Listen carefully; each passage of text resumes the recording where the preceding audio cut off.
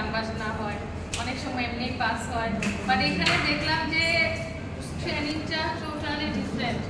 মানে পড়া তো পড়া এবং পড়াটা বোরিংও লাগতেছে না। ওই ট্রেনিংগুলো যেরকম একটু বোরিং লাগে, এখানে বোরিংনেসটাও আসে নাই। যে সবাই, শুধু আমি একজন না, আমি দেখছি সবাই খাচ্ছে, আমার কাজও করতেছে। কেউ নাস্তার ব্রেকও যাচ্ছে না, স্যার এই 10 মিনিট দেন একটু বাইরে থেকে ঘুরে আসি, যে এগুলো আমরা আগে ট্রেনিংয়ে করে অভ্যস্ত। আমার জন্য পার্সোনালি মানে এটা টোটালি ডিফারেন্ট একটা ট্রেনিং সেশন ছিল। যে এরকম ট্রেনিং আমি আমার 9 বছর 9.5 বছরের চাকরির লাইফে এখন পর্যন্ত করি, এবং এত ইনফরমেটিভ এবং এত ইনফরমেশন নিয়ে যাচ্ছি। আমি মানে মনে হচ্ছে যে আপাতত নদী থেকে সাগরে গিয়ে পড়ছি, এখনো ভাসতেছি। কতটুকু দিতে পারবো বাচ্চাদেরকে জানি না, বাট আমি আমার আপ্রাণ চেষ্টা করব।